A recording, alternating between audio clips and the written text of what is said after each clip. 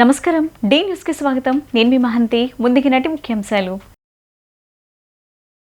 ముఖ్యమంత్రి చంద్రబాబు నాయుడు ఆదేశాల మేరకు తెలుగుదేశం కేంద్ర కార్యాలయంలో నిర్వహించిన పబ్లిక్ గ్రీవెన్స్ లో పాల్గొన్న గన్నవరం నియోజకవర్గ శాసనసభ్యులు ఎర్లగడ్డ వెంకట్రావు ఎమ్మెల్సీ పరుచూరి అశోక్ బాబు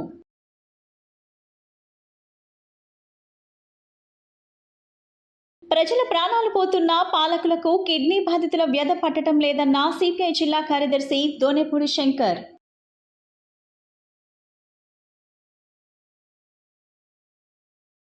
ఇంద్రకీలాద్రిపై వేంచేసి ఉన్న దుర్గమ్మను దర్శించుకున్న సుప్రీంకోర్టు న్యాయమూర్తి జస్టిస్ పమిడిఘంటం శ్రీ నరసింహ.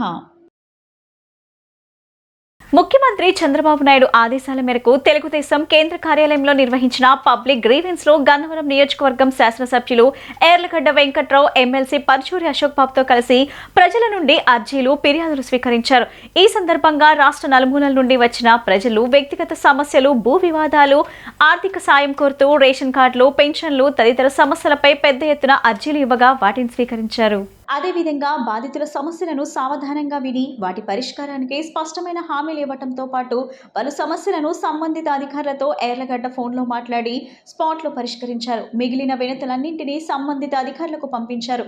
వీటికి సత్వర పరిష్కారం చూపుతామని అర్జీదారులకు ఎర్లగడ్డ హామీ ఇచ్చారు. ఉదయం 10 గంటల నుండి సాయంత్రం 4:45 వరకు ఏకబిగిన 7 గంటల పాటు ఎంతో ఓపిగ్గా అర్జీదారుల సమస్యలను ఆలరించారు. వచ్చిన వాటిలో ఎక్కువగా భూ వివాదాలకు సంబంధించిన అర్జీలు ఉన్నట్లు ఎర్లగడ్డ వెంకట్రావు తెలిపారు. స్వీకరించిన అర్జీలను పరిష్కారం నిమిత్తం సంబంధిత జిల్లాల్లో ఎస్పీలు, కలెక్టర్లకు పంపించామని వీటిని సత్వరమే పరిష్కరించాలని అధికారులకు సూచించినట్లు ఎర్లగడ్డ చెప్పారు. ప్రజలు ప్రాణాలు పోతున్న పాలకులకు కిడ్నీ బాధితుల వ్యధ పెట్టడం లేదని సిపిఐ జిల్లా కార్యదర్శి దోనేపూడి శంకర్ ఆగ్రహం వ్యక్తం చేశారు. కోతవేటు దూరంలో కృష్ణా జలాలు ఉన్నా సరఫరా చేసే నాదులే కరువయ్యాయి అన్నారు. ప్రజల ప్రాణాలు పోతున్న కిడ్నీ బాధితుల బాధ పాలకులకు పట్టడం లేదని భారత కమ్యూనిస్టు పార్టీ ఎన్టీఆర్ జిల్లా కార్యదర్శి దోనేపూడి శంకర్ ఆవేదన వ్యక్తం చేశారు. సిపిఐ ఎన్టీఆర్ జిల్లా కార్యదర్శి దోనేపూడి శంకర్ ఆధ్వర్యంలో 27, 28, 29 తేదీల్లో ప్రజా ఆరోగ్య పరిరక్షణ పాదయాత్రను జయప్రదం చేయాలని కోరుతూ శనివారం స్థానిక దాసరి భవన్లో పోస్టర్ను ఆవిష్కరించి మీడియా సమావేశం నిర్వహించారు. ఈ సందర్భంగా ఆయన మాట్లాడుతూ తిరువూరు నియోజకవర్గం, ఏకొండూరు మండలం మరియు గంపలగూడెం మండలాలు కిడ్నీ బాధితుల ఆవాస కేంద్రాలుగా మారిపోయాయన్నారు. గత 5 సంవత్సరాల కాలంలో ఏకొండూరు, చీమలపాడు, గంపలగూడెం మండలం, అనుమల్లంక గ్రామ దళిత, గిరిజన తండాల్లో 300 మందికి పైగా ఊపిరి వదిలారని చెప్పారు. వందలాది మంది గిరిజన తండాల్లో కిడ్నీ వ్యాధితో బాధపడుతూ ఆసుపత్రుల చుట్టూ తిరుగుతున్నారని, తాము తాగుతున్న మంచినీళ్లే కబలిస్తున్నాయని తెలిసిన ఫ్లోరైడ్, సిలికాన్ కలుషిత నీరు తమ ఆరోగ్యాన్ని ధ్వంసం చేస్తున్న, కన్న ఊరి మీద ప్రేమ వదలలేక తమ ప్రాణాలు అనంత వాయువుల్లో కలిసిపోతున్న స్వంత ఊరిలోనే జీవనం సాగిస్తున్నారని ఆవేదన వ్యక్తం చేశారు. ఒక్క ఏకొండూరుకే కాదు, తిరువూరు నియోజకవర్గం మొత్తానికి కృష్ణా జలాలను సరఫరా చేస్తామని చెప్పిన నాటి ప్రభుత్వాల మాటలు నీటి మూటలుగా మారిపోయాయని విమర్శించారు. మరో ఉద్దానంగా మారనున్న తిరువూరు నియోజకవర్గాన్ని కిడ్నీ బాధితుల సమస్యకు పరిష్కారం చూపాలని చెప్పి 27, 28, 29 తేదీలలో జరగనున్న పాదయాత్రలో కిడ్నీ బాధితులు, ప్రజలు పెద్ద ఎత్తున పాల్గొని స్వాగతం పలకాలని చెప్పి గ్రామాన జరిగే ఈ పాదయాత్ర 100 కిలోమీటర్ల మేర సిపిఐ చేపట్టింది. దానిలో భాగంగా ఈ రోజున ప్రభుత్వాలు, పాలక వర్గాలు నిర్లక్ష్యం వహిస్తున్నటువంటి తరుణంలో కృష్ణానది చెంతనే ఉన్న కృష్ణా జలాలు తిరువూరు నియోజకవర్గానికి సరఫరా కావు. 50 కోట్లు వాగ్దానం చేస్తామని చెప్పినటువంటి నాటి ప్రభుత్వ పాలకులు నీటి మూటలు అయిపోయినటువంటి పరిస్థితి. కేవలం కంటినీటి తుడుపుగా కృష్ణానది నీళ్ళని ట్యాంకుల ద్వారా సరఫరా చేస్తూ ఆ ట్యాంకులలో చిరుకప్పలు విన్యాసం చేస్తూ ఉంటాయి, తోక చేపలు నాట్యమాడుతూ ఉంటాయి. ఇది కార్పొరేషన్ వారు లేదా పంచాయతీ వారు లేదా వాటర్ రిసోర్సెస్ వారు చేసేటువంటి సప్లై చేసేటువంటి వాటర్లో ఉన్నటువంటి పరిస్థితి. కాబట్టి వాళ్ళ రోజుకొకళ్ళు పిట్టల్లాగా రాలిపోతున్నటువంటి పరిస్థితి, ఊపిరిలు వదులుతున్నటువంటి పరిస్థితిని మనం చూస్తున్నాం. అందువల్ల నేను ఈ సందర్భంగా విజ్ఞప్తి చేసేటువంటిది, సిపిఐ మరో ఉద్దానంలాగా మాన ఉన్నట్టు ఏకొండూరు, గంపలగూడెం, అనుమల్లంక, విస్సన్నపేట, తిరువూరు అందువల్ల రాబోయేటువంటి కాలంలో పెద్ద ఎత్తున ప్రజల్ని మరింత చైతన్యవంతం చేయటం ద్వారా పాలకుల మీద ఒత్తిడి తీసుకొచ్చేటువంటి కార్యక్రమాన్ని, ఈ పాదయాత్ర కార్యక్రమాన్ని చేపట్టాం. ఇంద్రకీలాద్రిపై వేంచేసి ఉన్న దుర్గమ్మను సుప్రీంకోర్టు న్యాయమూర్తి జస్టిస్ పమిడిఘంటం శ్రీ నరసింహం దర్శించుకున్నారు. అమ్మవారికి నిర్వహించే ఖడ్గమాలార్చన సేవలో పాల్గొని ప్రత్యేక పూజలు నిర్వహించారు. అనంతరం వీరికి ఆలయ వేద పండితులు వేద ఆశీర్వచనం చేయగా ఆలయ ఉపకార్య నిర్వహణాధికారి లీలాకుమార్ శ్రీ అమ్మవారి ప్రసాదములు, శేషవస్త్రము, చిత్రపటం అందజేశారు.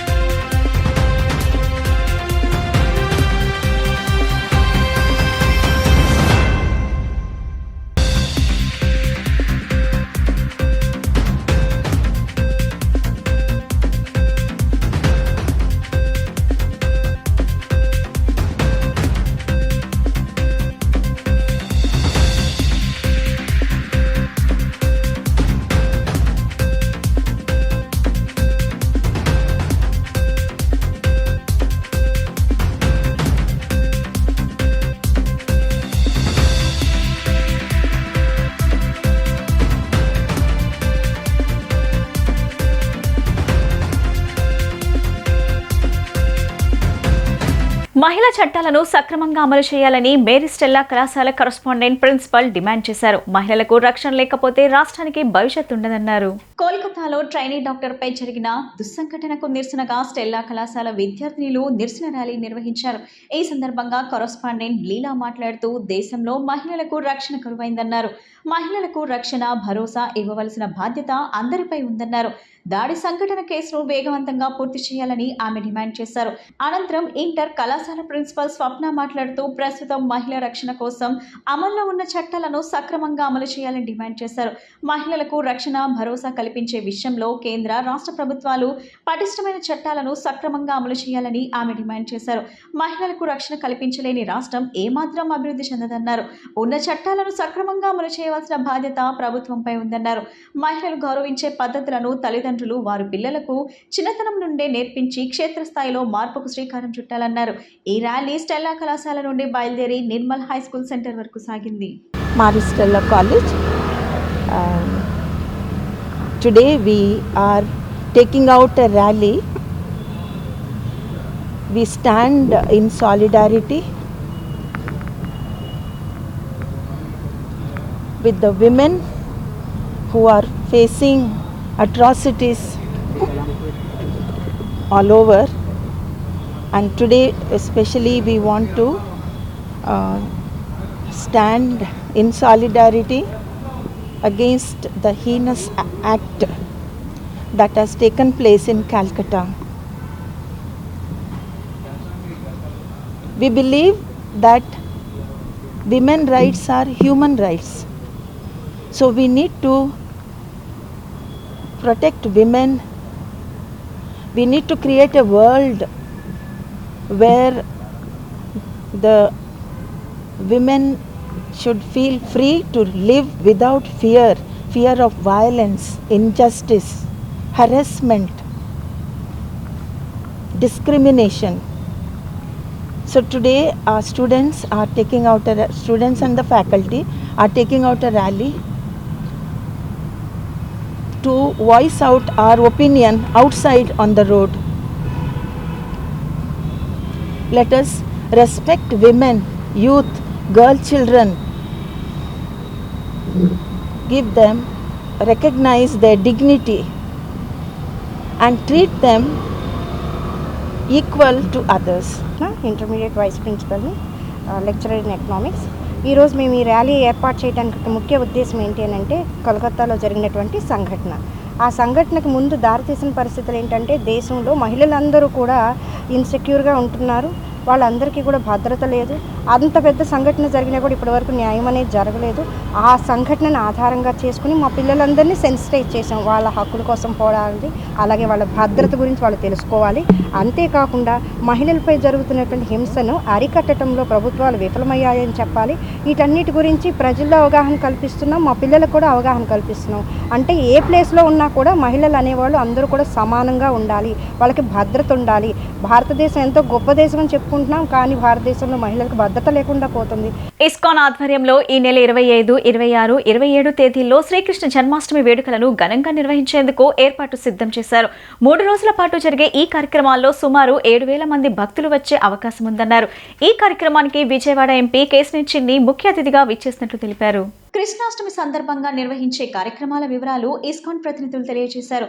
25వ తేదీన సుమారు 2,000 కిలోల పుష్పాలతో స్వామివారికి మహాపుష్పాభిషేకం, 26వ తేదీన శంఖాభిషేకం, 27న నందన ఉత్సవం నిర్వహిస్తున్నట్లు వారు తెలిపారు.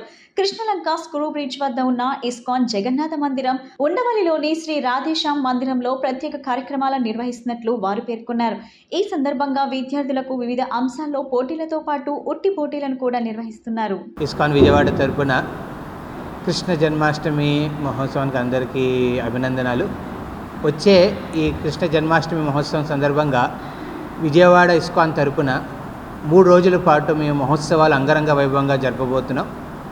ఏ విధంగా అయితే గత నెల రథోత్సవంలో 3 రోజుల పాటు సుమారు 50,000 మంది ఉత్సాహంతో పాల్గొన్నారు. కార్యక్రమాలు అయినాయి, సాంస్కృతిక ఆధ్యాత్మిక కార్యక్రమాలు అయినాయి.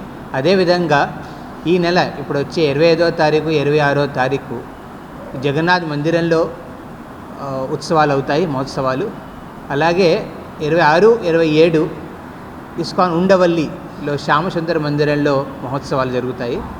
ఈ మహోత్సవాల్లో భాగంగా మొదటిగా ఆధ్యాత్మిక కార్యక్రమాల్లో భగవంతుడికి స్వామివారికి సుమారు 2,000 కిలోల మహాభిషేకం, పుష్పాలతో మహాభిషేకం చేయబోతున్నాము. దాంతోపాటు కలశాభిషేకాలు, పంచామృతాలతో కలశాభిషేకాలు, భగవంతుడి 108 నైవేద్యాలు, అదేవిధంగా ధూప దీప అర్చనలు కూడా జరగబోతున్నాయి. అందులో విజయవాడ వాసులందరికీ గమనించాల్సింది ఈ 2 రోజులు సుమారు ఈ స్క్రూ బ్రిడ్జ్లో అయ్యే 2 రోజుల కార్యక్రమం 25వ తారీఖున విశేషంగా ఈ సాయంత్రం పూట అవుతున్నాయి. సాంస్కృతిక కార్యక్రమాల్లో భాగంగా నృత్య ప్రదర్శనలు, దాంతోపాటు ఉట్టి మహోత్సవం, కళాశాల విద్యార్థులను మేము ప్రోత్సహించే సుమారుగా గత 3-4 ఏళ్ళ నుంచి నడుస్తుంది ఉట్టి మహోత్సవం. అందులో ఎంతోమంది విద్యార్థులు ఉత్సాహంతో పాల్గొంటున్నారు. మహోత్సవం అంటే అదే, ఏ విధంగా తమ హృదయాన్ని కృష్ణుడికి అర్పించగలరో, భగవంతుడికి అర్పించే అవకాశాన్ని ఈ విధంగా మేము అందరికీ ఇవ్వబోతున్నాం. అందులో చాలామంది ఉత్సాహంతో పాల్గొంటున్నారు. 26వ తారీఖున కృష్ణ జన్మాష్టమి రోజున విశేషంగా విజయవాడ ఎంపీ అయిన కేశినేని చిన్ని గారు స్వయంగా వచ్చి ఈ కాంపిటీషన్లో పాల్గొన్న విద్యార్థులందరికీ కూడా ట్రాఫీ అందజేయబోతున్నారు. ముఖ్య అతిథిగా వస్తున్నారు ఆయన. లక్షలాది మంది భక్తులకు అన్నప్రసాదం అందిస్తున్న తిరుమల తిరుపతి దేవస్థానం అందిస్తున్న సేవల్లో ఎంతో ప్రాచుర్యం పొందిన బృహత్కర కార్యక్రమంలో తమ వంటి సాధారణ వ్యక్తులకు అవకాశం కల్పించడం తమ పూర్వజన్మ సుకృతంగా భావిస్తున్నామని భారతీనగర్ వెల్ఫేర్ అసోసియేషన్ అధ్యక్షులు మైనేని సాయిబాబు అన్నారు. కీర్తిశేషులు మండవ కుటుంబరావు ప్రారంభించిన ఈ అద్వితీయ కార్యక్రమానికి కొనసాగింపుగా మరడ నాగేంద్ర ఆధ్వర్యంలో భారతీనగర్ సత్య టవర్స్ వద్ద నుంచి బయలుదేరిన 10 టన్నుల కూరగాయల వాహనానికి ఆయన జెండా ఊపి ప్రారంభించారు. భారతీనగర్ వెల్ఫేర్ అసోసియేషన్ కార్యాలయం వద్ద కూరగాయలు శ్రీవారి సన్నిధికి తీసుకువెళ్లే రథానికి సాయిబాబా జెండా ఊపి ప్రారంభించారు. ఈ సందర్భంగా ఆయన మాట్లాడుతూ 10 మంది మేలు కోసం పనిచేసే ప్రతి ఒక్కరిపై భగవంతుడు అనుగ్రహం ఉంటుందన్నారు. ఈ కార్యక్రమానికి సహకారం అందించిన సుంకర విజయబాబు, మల్లేశ్వరి, శ్రీనివాస్, ఆశశ్రీ, గొల్లు నరేంద్ర, శ్యామ్ కుమార్, నితీషా, దేవాంశి, మోక్షే భార్గవులను అభినందించారు. మహామహిమనిత్వమైన దేవుని సన్నిధిలో లక్షలాది మందికి నిత్యాన్నదానం నిర్వహిస్తున్న తిరుమల తిరుపతి పాలక మండలి అందిస్తున్న సేవల్లో రాష్ట్రంలో అవకాశం ఉన్న ప్రతి ఒక్కరూ పాలు పంచుకోవాలని అభినందించారు. భక్తులు స్వామివారి ప్రసాదాన్ని సాక్షాత్తు శ్రీ వెంకటేశ్వర స్వామివారే భక్తుల కోసం పంపినట్టుగా భావించే స్థలంలో ఆహారం స్వీకరించేందుకు ప్రతి భక్తుడు ఇష్టపడతారన్నారు. ధార్మిక కార్యక్రమాల నిర్వాహకులు మరడ నాగేంద్ర మాట్లాడుతూ, దివంగత ధార్మికవేత్త మండా కుటుంబరావు 2004లో ప్రారంభించిన ఈ మహోత్సవాల కార్యక్రమం ఆయన మరణాంతరం ఎంతో మంది సేవా తత్పరుల దాతృత్వంతో నిర్విఘ్నంగా కొనసాగిస్తున్నట్లు తెలిపారు. ప్రతి ఒక్కరికి ఉండే మత విశ్వాసాల ఆధారంగా వారి విశ్వాసాల ప్రకారం భగవద్గనుగ్రహం పొందటం కోసం చేసే సేవల్లో ఆహారం పంపిణీ చాలా ప్రాధాన్యత సంతరించుకుందన్నారు. ఇటువంటి సేవలు అందించేందుకు ఆర్థిక శక్తితో పాటు భగవంతుని అనుగ్రహం కూడా ఎంతో ముఖ్యమన్నారు. ఈ కార్యక్రమంలో భాగస్వామ్యులు అయ్యేందుకు ఎంతో మంది దాతలు తనతో కలిసి రావటం భగవద్గనుగ్రహమేమన్నారు. లక్షలాది మందికి ప్రతిరోజు ఆహారాన్ని అందించడం ఎంతో కష్టమైన సేవ అని పేర్కొన్నారు. భగవంతుని అనుగ్రహంతో దాతల సహకారంతో రానున్న రోజుల్లో మరిన్ని ధార్మిక కార్యక్రమాలు నిర్వహిస్తామని చెప్పారు. కార్యక్రమంలో పలువురు ధార్మిక ఆధ్యాత్మికవాదులు పాల్గొన్నారు. ఈ కార్యక్రమం చేపట్టడం జరిగిందండి. తిరుమలలో జరిగే అన్నదానానికి కుటుంబరావు గారు ఒక పేపర్లో చదివి 10 టన్నులు కూరగాయలు అక్కడ జరిగే కార్యక్రమానికి 200 కిలోలు 300 కిలోలు ఇవ్వడం అనేది ఒక పేపర్లో చదివి ఆయన ఈ 200-300 కిలోలు ఏంటి, అసలు తిరుమల అన్నదానం ఏంటి అని ఆయన ఇక్కడి నుంచి తిరుమల వెళ్ళి అక్కడ జేఏఓ గారితో ఏఓ గారితో మాట్లాడి, మేము కృష్ణా జిల్లా నుంచి విజయవాడ నుంచి మేము నెలకి సరిపడా కూరగాయలు మేము పంపిస్తాం, అలాగే ప్రతి నెల ఎన్ని టన్నులు పడితే అన్ని రాష్ట్రాలను గ్యాదర్ చేసి మేము పంపిస్తామని చెప్పి అక్కడ జేఏఓ గారితో మాట్లాడి ఆ రోజు కనుమూరు బాపరాజు గారితో కూడా సంప్రదించి మరి ఆ రోజు మాట్లాడడం జరిగిందండి. అలాగే తిరుమల దేవస్థానంలో టెండర్ అనేది లేకున్నా టెండర్లో అనేక రకాల మోసాలు జరుగుతున్నాయి అక్కడ స్వామివారి దేవస్థానంలో. అసలు అలాంటి కూరగాయల ఖరీదులో టెండర్ అనేది లేకున్నా ఫ్రీగా 2006 నుంచి ఈ రోజుకి కూడా ఫ్రీగా కూరగాయలు పంపిస్తున్నాడు. కుటుంబరావు గారు పుణ్యం ఉండేది. కుటుంబరావు గారు మరి ఆ రోజు ఆయనకి ఆలోచన రావడం, మరి వాళ్ళ తల్లిదండ్రులు పూర్వజన్మ సుకృతం. అలాగే అన్నదానాలు అన్నింటిలోగా అన్నదానం అనేది ఒక మంచి కార్యక్రమం, మన పూర్వీకుల నుంచి మనం తెలుసుకున్నది అది. అలాగే ఈరోజు 1,00,000 మందికి తిరుమల దేవస్థానం అన్నదానం జరుగుతుందండి. 1,00,000 మందికి కూరగాయలు కావాలంటే రోజుకి 8 టన్నుల కూరగాయలు కటింగ్ అవుతున్నాయి అక్కడ. 8 టన్నుల కూరగాయలు అంటే కనీసం 1,00,000 నుంచి 1,20,000 రూపాయలు విలువ చేసే కూరగాయలు పంపించడం జరుగుతుంది మనం. అలాగే 2006 నుంచి ఏకగ్రీవంగా ఈ రోజుకి మన విజయవాడ నుంచి మరి మనం కూరగాయలు పంపించడం జరుగుతుందండి. అలాగే మన మధ్యలో ఆయన లేకపోవడం, మరి కుటుంబరావు గారు 1 సంవత్సరం అవుతుందండి. అకస్మాత్తుగా స్ట్రోక్తో ఆయన చనిపోవడం జరిగింది. మాకు బాగా తీరని లోటు ఆయన లేకపోవడం కూడా, కానీ ఆయన ఆశయాన్ని మేము ముందుకు తీసుకెళ్తున్నామండి. ఆయన ఆధ్వర్యంలో కింద సంవత్సరం వరకు జరగడం జరిగింది, వారు చెప్పారు ఇప్పుడే. తర్వాత నాగేంద్ర గారు టేకప్ చేసి వారి ఆశీస్సులతో మనం ప్రతి నెల ఈ విజయవాడ నుంచి ఒక 4 లారీలు పంపించడానికి సహకరిస్తున్నారు. పెద్దలందరూ చాలామంది సహకరిస్తున్నారు.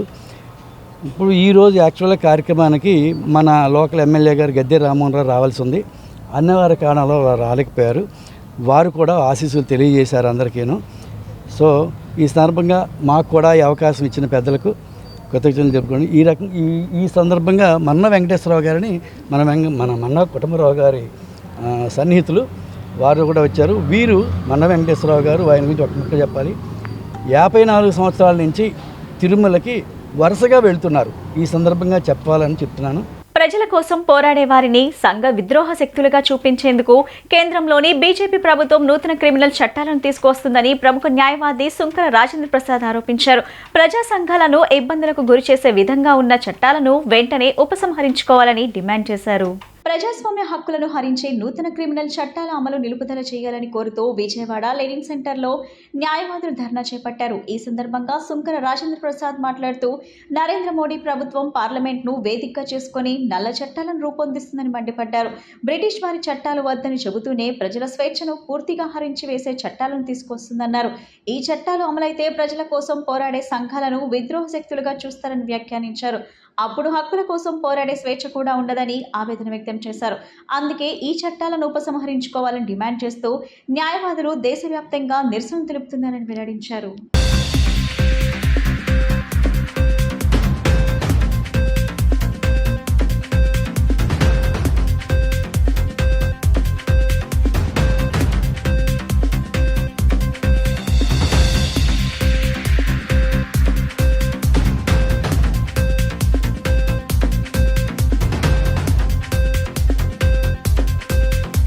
న్యాయవాదుల సంఘాలతో ఏర్పడినటువంటి జేఏసీ ధర్నా నిర్వహిస్తూ ఉంది. కేంద్ర ప్రభుత్వం జూలై 1వ తేదీ నుంచి తీసుకొచ్చినటువంటి నూతన క్రిమినల్ చట్టాలను రద్దు చేయాలనేటువంటి ప్రధానమైనటువంటి డిమాండ్తో మేము ఈ ధర్నాన్ని ప్రారంభించడం జరిగింది. కేంద్ర ప్రభుత్వం తీసుకొచ్చినటువంటి నూతన చట్టాలను మనం పరిశీలించినట్లయితే అవి రాజ్యాంగం ప్రజలకు ఇచ్చినట్టుగా గుర్తించినటువంటి హక్కుల్ని రద్దు చేస్తూ ఉన్నదని, ప్రజాస్వామ్యాన్ని కూని చేసే విధంగా ఉన్నదనేటువంటి మనకు అర్థమవుతూ ఉన్నది. బ్రిటిష్ వలస పాలకులు చేసినటువంటి చట్టాలను మేము రద్దు చేస్తున్నాము, ప్రజలకు ఉపయోగపడే నూతన చట్టాలను మేము తీసుకొచ్చామని వీళ్ళు చెప్పారు. కానీ మనం ఒకసారి వీటిని కనుక పరిశీలించినట్లయితే 90% పాత చట్టాలనే మక్కి దింపి పేర్లు మార్చి, చాప్టర్లు మార్చి, సెక్షన్లు మార్చి మేము ఏదో గొప్పగా మన చట్టాలు మనమే చేసామని వీళ్ళు జబ్బలు తరుస్తూ ఉన్నారు. చేసినటువంటి మార్పులు కొద్దిగా ఉన్న మార్పులు కూడా ప్రజాస్వామ్యానికి వ్యతిరేకంగా, రాజ్యాంగానికి వ్యతిరేకంగా, ప్రజలకు వ్యతిరేకంగా ఉన్నాయనేటువంటి కూడా మనం గమనించాలి. ఉపా యాక్ట్ని, కోకా యాక్ట్ని, టెర్రరిస్ట్ యాక్ట్ని, సెడేషన్ యాక్ట్ని బిఎన్ఎస్ చట్టంలోకి తీసుకురావటం, ప్రశ్నించే గొంతుకులన్నింటినీ నిలిపివేసేదానికి విధంగాను ప్రజలకి, పోలీసులకి ఏంటంటే తీవ్రమైనటువంటి హక్కులను కూడా కల్పించినటువంటి, అధికారాలను కల్పించినటువంటి ఘటనలు మనం చూస్తూ ఉన్నాం. ఇంతేకాకుండా అరెస్టు చేసిన వ్యక్తులకి సంఖ్యలు వేయరాదని సుప్రీంకోర్టు 1978 నుంచి చెప్తా ఉన్నది. అది ఒక అటవిక సాంప్రదాయం అని కూడా చెప్తా ఉంది. నా పేరు శ్రీమన్నారాయణ, పౌర హక్కుల సంఘం జేఏసీ తరఫున ఇక్కడ ధర్నా నిర్వహిస్తున్నాం. 3 క్రిమినల్ చట్టాలు రద్దు చేయాలని చెప్పేసి ఈ ధర్నా నిర్వహిస్తున్నాం. ఈ 3 క్రిమినల్ చట్టాలు కూడా పౌర స్వేచ్ఛను, ప్రజాస్వామిక స్వేచ్ఛను, ప్రజాస్వామిక హక్కులను, పౌర హక్కులను భంగం కలిగించేటటువంటివి. ఏ దేశంలో అయినా ఒక శాసనం కానీ, ఒక చట్టం కానీ చేస్తే అది ప్రజలకు మరింత స్వేచ్ఛను ఇచ్చేదిగా ఉండాలి. కానీ భారతదేశంలో మరి మోడీ ప్రభుత్వం 143 మంది పార్లమెంటు సభ్యులను పార్లమెంట్ నుండి గెంటివేసి అప్రజాస్వామిక పద్ధతిలో మరి బిఎన్ఎస్ చట్టాలను 3 క్రిమినల్ చట్టాలను తీసుకొచ్చారు. ఈ 3 నేర క్రిమినల్ చట్టాలు ప్రజాస్వామ్య వ్యతిరేకమైనవి, పౌర హక్కులకు వ్యతిరేకమైనటువంటివి, ప్రజల హక్కులకు వ్యతిరేకమైనవి. తక్షణమే ఈ 3 క్రిమినల్ చట్టాలను రద్దు చేయాలని చెప్పేసి జేఏసీగా మేము డిమాండ్ చేస్తున్నాం. సీఎంఏ ఇంటర్ ఫలితాల్లో మాస్టర్ మైండ్స్ విద్యార్థులు ప్రపంచం సృష్టించారు. ఆల్ ఇండియా స్థాయిలో మంచి ర్యాంకులు సాధించి గర్వకారణంగా నిలిచారు. సీఎంఏ ఫలితాల్లో మాస్టర్ మైండ్స్ విద్యార్థిని తేజస్విని ఆల్ ఇండియా మొదటి ర్యాంక్ సాధించింది. వివరాల్లోకి వెళ్తే ఆమె ఒక రైతు బిడ్డ. రైతు కుటుంబం నుంచి వచ్చిన తేజస్విని ఆల్ ఇండియా మొదటి ర్యాంక్ సాధించడం అభినందించదగ్గ విషయమని మాస్టర్ మైండ్స్ విద్యా సంస్థల అడ్వైజర్ మట్టుపల్లి మోహన్ తెలిపారు. అదేవిధంగా ఇటీవల ప్రకటించిన సిఏ ఫైనల్ పరీక్ష ఫలితాల్లో కూడా ఆల్ ఇండియా 14వ ర్యాంక్ తేజస్విని సాధించినట్లు చెప్పారు. అదేవిధంగా సీఎంఏ ఇంటర్ ఫలితాల్లో ఆల్ ఇండియా 3వ ర్యాంక్ సాధించిన ఎంవి లక్ష్మీనారాయణ స్వగ్రామం దాచేపల్లి, పల్నాడు జిల్లా. మాస్టర్ మైండ్స్లో ఇంటర్ ఎంఈసీ నుంచి చదివినటువంటి ఎంవి లక్ష్మీనారాయణ అనే విద్యార్థి ఈ రోజు ప్రకటించినటువంటి సీఎంఏ ఇంటర్ ఫలితాల్లో ఆల్ ఇండియా 3rd ర్యాంక్ సాధించాడు.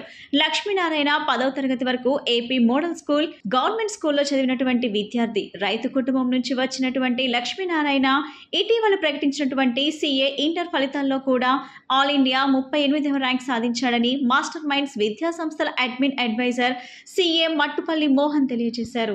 హాయ్ ఎవ్రీవన్, స్టూడెంట్స్కి, పేరెంట్స్కి, స్టాఫ్కి ఒక గుడ్ న్యూస్తో మీ ముందుకు వచ్చానండి. ఈరోజు అనౌన్స్ చేసినటువంటి సీఎంఏ రిజల్ట్స్లో మాస్టర్ మైండ్స్ విద్యార్థులు అయినటువంటి Tejaswini CMA final all India 1st rank అండి, and CMA inter all India 3rd rank Lakshminarayana, and ఇతను సౌత్ ఇండియాలో బెస్ట్ ర్యాంక్ అండి, అంటే సౌత్ ఇండియాలో 1st ర్యాంక్ కూడా.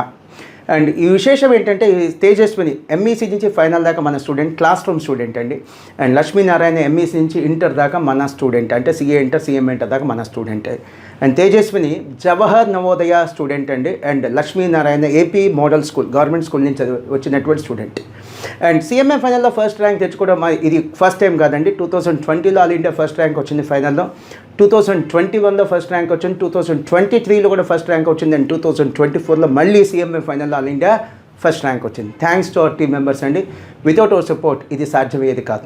గత వైసీపీ పరిపాలనలో తాగునీటి ప్రాజెక్టులు నిలిచిపోయి రైతులు తీవ్ర ఇబ్బందులు ఎదుర్కొన్నారని మాజీ మంత్రి వడ్డే శోభనాధీశ్వరరావు అన్నారు. రాష్ట్రంలో వివిధ ప్రాంతాలు ప్రజల సత్వర సమగ్ర అభివృద్ధి అంశాలపై నిర్మాణాత్మక సూచనలు చేస్తూ ముఖ్యమంత్రి చంద్రబాబు నాయుడుకు బహిరంగ లేఖ రాశామన్నారు. ప్రెస్ క్లబ్ లో ఏర్పాటు చేసిన విలేకరుల సమావేశంలో మాజీ మంత్రి రైతు సంఘం నాయకులు వడ్డే శోభనాధీశ్వరరావు మీడియాతో మాట్లాడారు. రాష్ట్ర ఆర్థిక పరిస్థితిని బట్టి అధిక ప్రాధాన్యత గల ప్రాజెక్టులకు విధులు కేటాయించే సత్వరమే పనులు పూర్తి చేయాలని అన్నారు.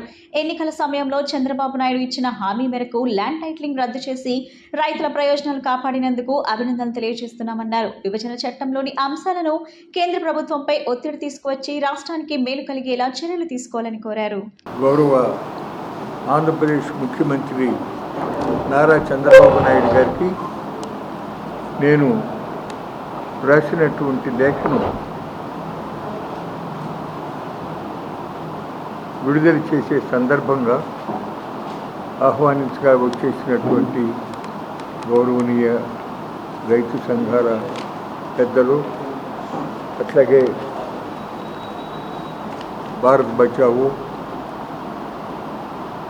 మేలుకో ఆంధ్రప్రదేశ్ సంస్థల పెద్దలకు, మీడియా మిత్రులకు, మీ అందరికీ కూడా మొట్టమొదటిగా ధన్యవాదాలు.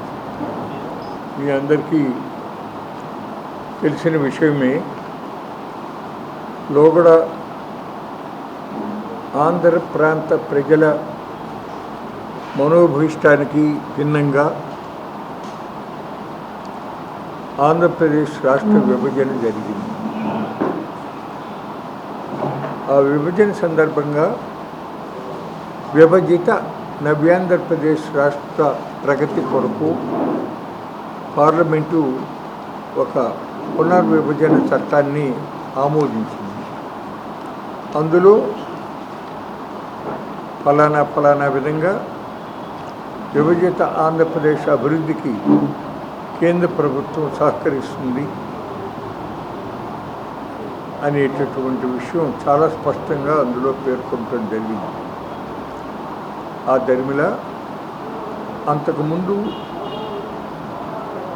ఆంధ్రప్రదేశ్ ఉమ్మడి రాష్ట్రంలో ముఖ్యమంత్రిగా చేసి కొన్ని విషయాలలో, ప్రత్యేకంగా హైదరాబాద్లో ఐటీ రంగ అభివృద్ధికి, అట్లాగే కొన్ని ముందు చూపుతో కార్పొరేటీకరణ కోసం ప్రభుత్వం చేపట్టిన ఆపరేషన్ కగారుతో ఆదివాసీల మనుగడ ప్రశ్నార్థకమవుతుందని ఆదివాసీల హక్కుల పోరాట సంఘీభావ వేదిక ఏపీ కన్వీనర్ చిలుక చంద్రశేఖర్ ఆరోపించారు. ప్రెస్ క్లబ్లో జరిగిన విలేకరుల సమావేశంలో వారు మాట్లాడుతూ రాజ్యాంగ స్ఫూర్తికి వ్యతిరేకంగా కేంద్ర రాష్ట్ర ప్రభుత్వాలు అనేక అణచివేత విధానాలు అవలంబిస్తున్నాయని మండిపడ్డారు. ఆదివాసీల అణచివేతకు ప్రభుత్వాలు అనుసరిస్తున్న విధానాలకు వ్యతిరేకంగా ఈ నెల 26న విజయవాడ ధర్నా చౌక్లో ధర్నా చేస్తున్నట్లు తెలిపారు. ఈ కార్యక్రమాన్ని ప్రజా సంఘాలు, రాజకీయాలకు అతీతంగా రాజకీయ నాయకులు అందరూ పాల్గొని జయప్రదం చేయాలని విజ్ఞప్తి చేశారు.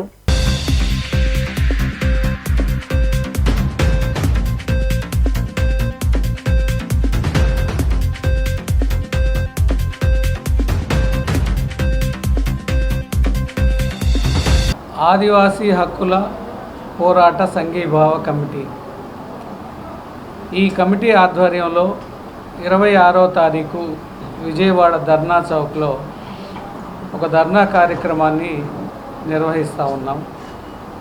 ఈ ధర్నా కార్యక్రమంలో వడ్డే శోభనాథేశ్వరరావు, ఐ వెంకటేశ్వరరావు ఎమ్మెల్సీ, అదేవిధంగా బార్ కౌన్సిల్ మెంబర్స్ అయినటువంటి చలసాని అజయ్ కుమార్, అట్లనే ఎస్బిఎన్ఆర్, బ్రహ్మానందరెడ్డి గారు, ఇఫ్ట్ నాయకులు ప్రసాద్, ఇంకా తదితరులు, రిటైర్డ్ ఐఏఎస్ అధికారి బండ్ల శ్రీనివాసరావు గారు, ఇంకా తదితరులు ప్రజా సంఘాల నాయకులు అందరూ కూడా మాట్లాడతారు. ప్రధానంగా ఆదివాసీ ప్రాంతాల్లో కార్పొరేటీకరణ పేరుతో చట్టబద్ధ పాలన కాకుండా రాజ్యాంగ వ్యతిరేకమైనటువంటి కార్యకలాపాలను ప్రభుత్వం అనుమతిస్తుంది. ఆ అనుమతి, ఆ ఒడంబడికల్ని అమలు చేయడానికి రాజ్యాంగ విరుద్ధంగా హక్కుల ఉల్లంఘనకు ప్రభుత్వాలు పాల్పడుతూ ఉన్నాయి. అది ఏ రాష్ట్రమైనా కావచ్చు, ఛత్తీస్గఢ్, జార్ఖండ్, లేకపోతే ఒరిస్సానా, అదేవిధంగా ఏఓబీనా, అన్ని చోట్ల కూడా ఈ విధంగా రాజ్యాంగ ఉల్లంఘనకు ప్రభుత్వాలు పాల్పడుతూ ఉన్నాయి. అట్లనే ఆదివాసీల హననానికి పాల్పడుతూ ఉంది, ఆదివాసీ జాతి హననానికి. ఎందుకంటే జనవరి నెలలో, ఒక్క నెలలోనే జనవరి ఎన్నికల తర్వాత బీజేపీ ప్రభుత్వం ఛత్తీస్గఢ్లోకి వచ్చిన తర్వాత ఒక్క ఛత్తీస్గఢ్ రాష్ట్రంలోనే సుమారు 177 మందిని ఆదివాసీల్ని చంపివేయటం జరిగింది. చోడవరం వద్ద చెక్ డ్యాం నిర్మించి నగరంలో పాత పైప్లైన్ మార్చి వాటి స్థానంలో హెచ్డి పైప్లైన్ ఏర్పాటు చేయాలని ట్యాక్స్ పేయర్స్ అసోసియేషన్ అధ్యక్ష కార్యదర్శులు సాంబిరెడ్డి, ఆంజనేయులు డిమాండ్ చేశారు. నగరంలో ఏర్పాటు చేసిన విలేకరుల సమావేశంలో వారు మాట్లాడుతూ విజయవాడ వెంపటి కృష్ణానది ఉన్నప్పటికీ కొన్ని ప్రాంతాల్లో ఇప్పటికీ బోర్ వాటర్ మాత్రమే నగరపాలక సంస్థ అధికారులు సరఫరా చేయడం ఎంతవరకు సమంజసమన్నారు. నగర ప్రజలకు సురక్షితమైన మంచినీటిని అందించే బాధ్యత వీఎంసీపై ఉందన్నారు. తక్షణమే పైప్లైన్ మార్చాలని వారు డిమాండ్ చేశారు. కలుషిత నీటిని సేవించడం వల్ల నగరంలో అనేక దురదృష్టకరమైన సంఘటనలు జరిగాయని అన్నారు. తక్షణమే ఎన్డీఏ ప్రభుత్వం చర్యలు చేపట్టాలని వారు డిమాండ్ చేశారు. గత జనవరి నుంచి విజయవాడ నగరంలో నీటి సమస్య ఏర్పడిన విషయం అందరికీ తెలిసినటువంటిదే. నీటికి బాగా ఇబ్బంది పడ్డాం. పైన పులిచింతల్లో నీళ్ళు లేవు, ప్రకాశం బ్యారేజీలో నీళ్ళు లేవు ఆ రోజున. లేకపోతే చివరికి మున్సిపాలిటీ నీటి సరఫరా కూడా దెబ్బతినిపోయే పరిస్థితి ఉంటే కొన్ని చోట్ల బోర్లు వేసి ఇచ్చారు. ఇలా రకరకాలుగా చేశారు. చేయడంతో పాటుగా ఎక్కడికెక్కడ రంగుమారి నీళ్లు రావడం, కలుషితమైన నీళ్లు రావడం, ఈ సమస్య ఉంది. వీటన్నిటితో పాటుగా ఇంకో సమస్య ఏంటంటే విజయవాడ నగరంలో ఈరోజు కూడా మున్సిపాలిటీ సప్లై చేస్తుంది సుమారుగా 50-55% మాత్రమే సప్లై చేయగలుగుతుంది. ఒక 50-55% జనాభా ఎక్కువ భాగం వాళ్ళు ఈ అపార్ట్మెంట్లో ఉండేవాళ్ళు, మల్టీ స్టోరీడ్ బిల్డింగ్స్లో ఉండేవాళ్ళు, ఇటువంటి వాళ్ళందరూ కూడా మన ఈ నీళ్ళు బోర్ నీళ్ళని వాటి మీదనే ఆధారపడుతున్నారు. ఏదో మున్సిపాలిటీ ఇచ్చే నీళ్లు కాసిన మంచినీళ్ళు కొడుకొని మిగతా అన్నిటికీ యూసేజ్ వాటర్ అన్నిటికీ వీటి మీద ఆధారపడుతున్నారు. ఈ నేపథ్యంలో ఇది కృష్ణానదిని పక్కన పెట్టుకొని ఇటువంటి పరిస్థితి నగరానికి తలెత్తడం అనేటువంటిది సరైంది కాదు అనేటువంటి ఉద్దేశంతో ట్యాక్స్ పేయర్స్ అసోసియేషన్గా మేము రాష్ట్ర ప్రభుత్వానికి లెటర్ రాసాం. మేము ట్యాక్స్ పేయర్స్ అసోసియేషన్గా విజయవాడ నగర ప్రజల యొక్క అభిప్రాయాన్ని త్రాగునీటికి సంబంధించి సేకరించడం జరిగింది. దాంతో ప్రజలందరూ కూడా అనేది ఏంటంటే విజయవాడ పట్టణానికి ఆనుకుని కృష్ణానది ప్రవహిస్తుంది. మరి అటువంటిప్పుడు కూడా మనకి తాగునీటికి ఎంత కరువు ఏమిటి, ఎందుకని ఇవ్వలేకపోతున్నారో, ఇచ్చింది కూడా కలుషితమై వస్తుంది, ఎందుకు ఆ విధంగా వస్తుంది, ఇది ప్రజల యొక్క అనుమానాలు. మరి ఇవన్నీ కూడా మనం అధికారులను కనుక అడిగినట్లయితే వాళ్ళ దగ్గర నుంచి సరైన సమాధానం అనేది లేదు. ఈ మధ్యనే మనం విజయవాడలో కూడా చూసాం, కలుషిత నీరు వచ్చి ప్రజలకు ట్యాపుల్లో ఎంతోమంది అనారోగ్యం పాలై కొంతమంది మరణించడం కూడా జరిగింది. 2 నెలల వ్యవధిలోనే ఎన్డీఏ ప్రభుత్వం రాష్ట్ర అభివృద్ధి కోసం అనేక సంక్షేమ పథకాలను చేపట్టిందని టీడీపీ సీనియర్ నేత ఎం గురునాథం తెలిపారు. గత వైసీపీ ప్రభుత్వం ఎందుకు సంక్షేమ పథకాలను అమలు చేయలేదని ఆయన ప్రశ్నించారు. అడవిలాగా తయారైన రాజధాని అమరావతిని తీర్చిదిద్ది అభివృద్ధి వైపు సీఎం చంద్రబాబు నాయుడు పరుగులు తీస్తున్నారన్నారు. వాలంటీర్ల సహకారం లేకుండానే 1వ తేదీన 4,000 రూపాయల పెన్షన్ను లబ్ధిదారులకు అందించిన ఏకైక ముఖ్యమంత్రి చంద్రబాబు నాయుడు మాత్రమేనన్నారు. పోలవరం ప్రాజెక్టు పనులను వేగవంతం చేయడంతో పాటు మిగతా ప్రాజెక్టు కూడా అభివృద్ధి చేయడం ఎన్డీఏకే సాధ్యమన్నారు.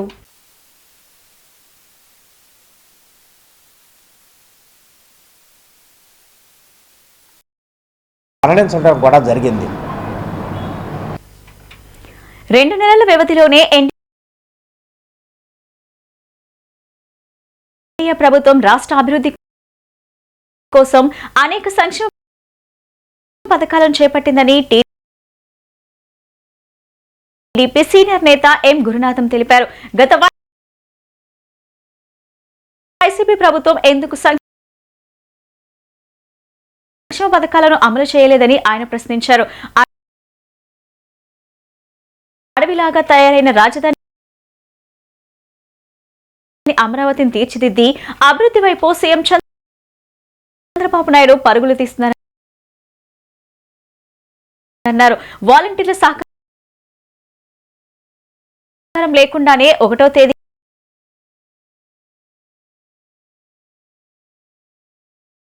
4,000 రూపాయల పెన్షన్ను లబ్ధిదారులకు అందించిన ఏకైక ముఖ్యమంత్రి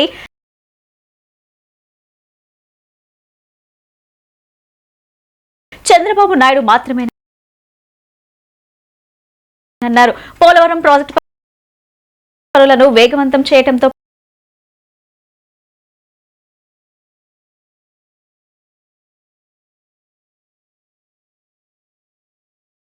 పాటు మిగతా ప్రాజెక్టును కూడా అభివృద్ధి చేయడం ఎన్డీఏ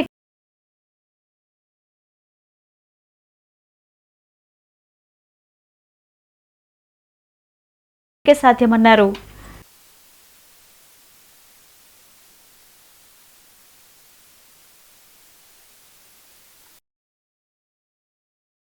మరణించడం కూడా. కొన్ని అసాంఘిక శక్తులు బిఆర్ అంబేద్కర్ విగ్రహంపై దాడి చేయడం దారుణమని రిపబ్లికన్ పార్టీ ఆఫ్ ఇండియా నేతలు అన్నారు. ఆయన విగ్రహంపై దాడి చేసిన వారిని కఠినంగా శిక్షించాలని డిమాండ్ చేశారు. ఇటువంటి ఘటనలు పునరావృతం కాకుండా చర్యలు తీసుకోవాల్సిన బాధ్యత అధికారులపై ఉందన్నారు. జాతీయ స్థాయిలో తమది కూడా కూటమి ప్రభుత్వంలో భాగస్వామ్యమని, దీనిపై మౌనం వహించడం తగదని వారు అన్నారు.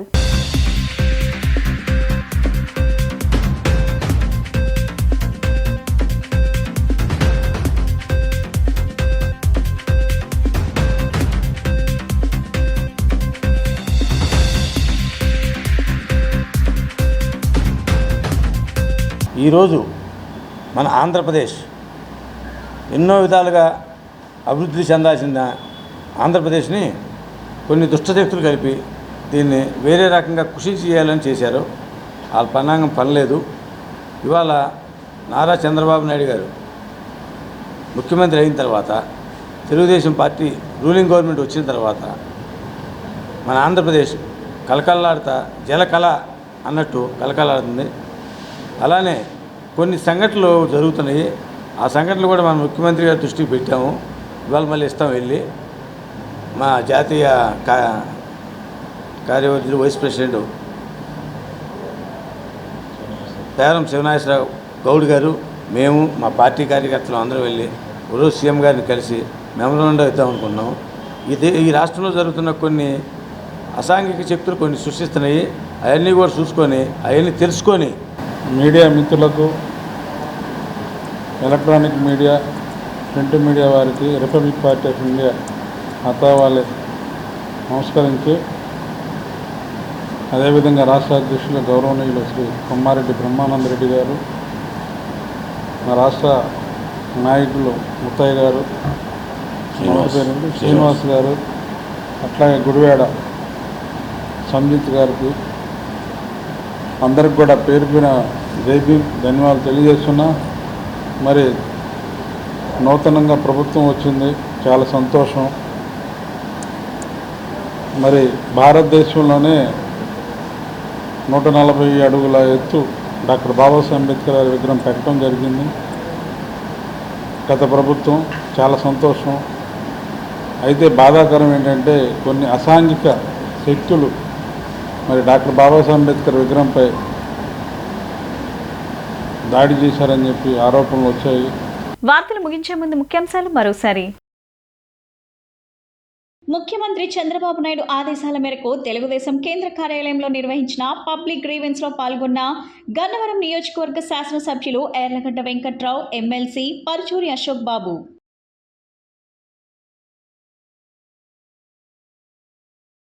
ప్రజల ప్రాణాలు పోతున్న పాలకులకు కిడ్నీ బాధితుల వ్యధ పట్టడం లేదన్న సిపిఐ జిల్లా కార్యదర్శి దోనేపూడి శంకర్.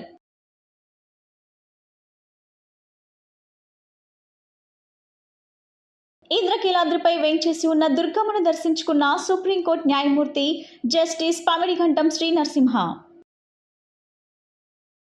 ఈ బులెటిన్ ఇంతటితో సమాప్తం. తిరిగి మరో బులెటిన్ కలుద్దాం. నమస్కారం.